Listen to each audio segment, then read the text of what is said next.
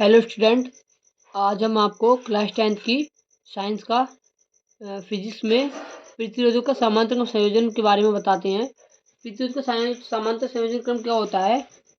किसी भी परिपथ में विभिन्न प्रतिरोधों का एक सिरा परिपथ के एक सिरे से तथा दूसरा सिरा दूसरे सिरे से जुड़ा रहता है।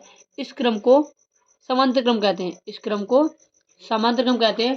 तो हमें इस क्रम से किसी भी सर्किट का तुल्य प्रतिरोध निकालना होता है, मतलब पूरे सर्किट में कितना प्रतिरोध लगा हुआ है। ठीक है, तो इस कंडीशन में हमें 3 प्रतिरोध होते हैं और उस सर्किट में एक विद्युत सेल लगाएंगे और विद्युत सेल से सर्किट में विद्युत विभवांतर उत्पन्न होगा विद्युत सेल के द्वारा, जिसमें संपूर्ण धारा क्या होती है? आई होती है। संपूर्ण धारा आई होती है और प्रत्येक विभवांतर पर धारा अलग अलग हो जाती है। प्रत्येक प्रतिरोध पर धारा अलग अलग हो जाती है। समांतर क्रम में क्या होता है? विभवांतर तो समान रहता है, लेकिन प्रत्येक प्रतिरोध पर धारा अलग अलग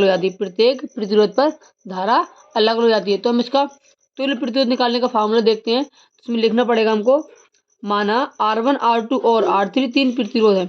R1 R2 R3 तीन प्रतिरोध है जो बिंदु ए और बी के बीच समांतर क्रम में लगे हैं। और समांतर क्रम क्या होता है? किसी भी प्रतिरोध का, मान लो कोई सर्किट में 3 प्रतिरोध लगे हैं, 4 प्रतिरोध लगे हुए हैं, 5 प्रतिरोध, जितने भी प्रतिरोध हैं, उन सभी प्रतिरोधों का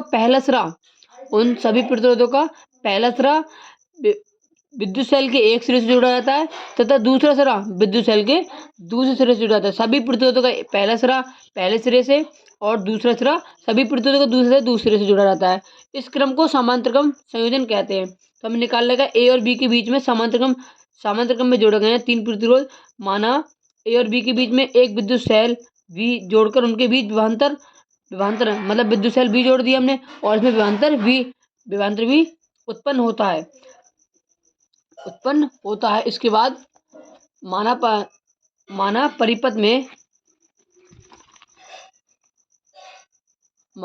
परिपथ में बहने वाली संपूर्ण धारा आई है। परिपथ में बहने वाली संपूर्ण धारा कितनी है? आई है।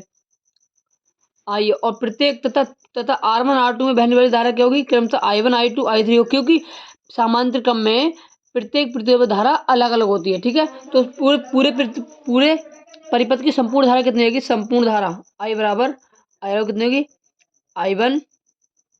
I1 प्लस का I2 प्लस का I3। तीनों धाराओं का योग संपूर्ण धारा कहलाएगी। ठीक है, तीनों धाराओं का योग संपूर्ण धारा कहलाएगी। और हमने पढ़ा है ओम का नियम। ओम का नियम क्या होता है? ओम का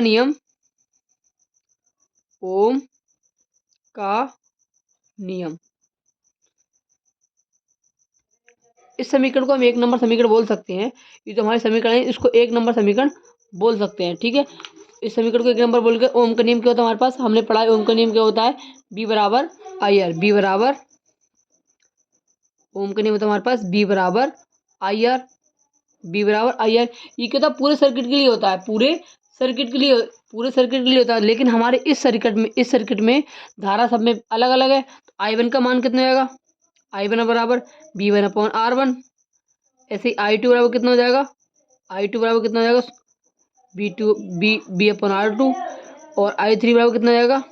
B/R3। क्योंकि प्रतिरोध तो पूरे सर्किट में प्रतिरोध अलग अलग है, लेकिन विद्युत विभवांतर पूरे सर्किट के लिए एक ही रहेगा। ठीक है, अब I1 I2 I3 का मान समीकरण 1 में रखते हैं। I1 I2 व I3 का मान समीकरण 1 में रखते हैं। समीकरण 1 में रखने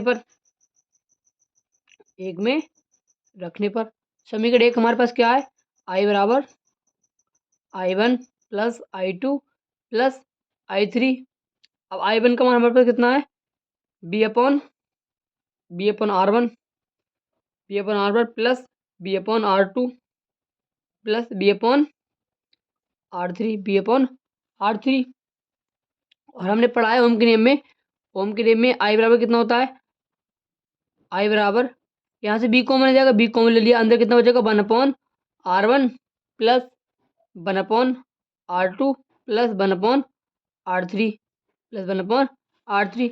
हम जानते हैं आई बराबर क्या होता है, आई बराबर होता है B/R, ओम के नियम से, ओम के नियम से, ओम के नियम से आई बराबर कितना B/R। आई बराबर B/R हम लगा सकते हैं, तो कितना होगा B/R बराबर 1/R1 प्लस का 1/R2 प्लस का 1/R3। बी हमने पहले कॉमन ले रखा है, बी से बी कट गया, कितना बचेगा 1/R बराबर 1/R1 प्लस 1/R2 प्लस का 1/R3।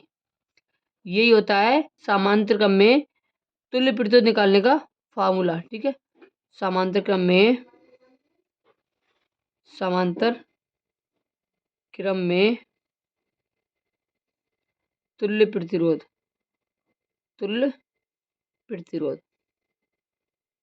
ठीक है, प्रतिरोध का मात्रक कितना होता है, ओम होता है। प्रतिरोध का मात्रक क्या होता है, ओम होता है।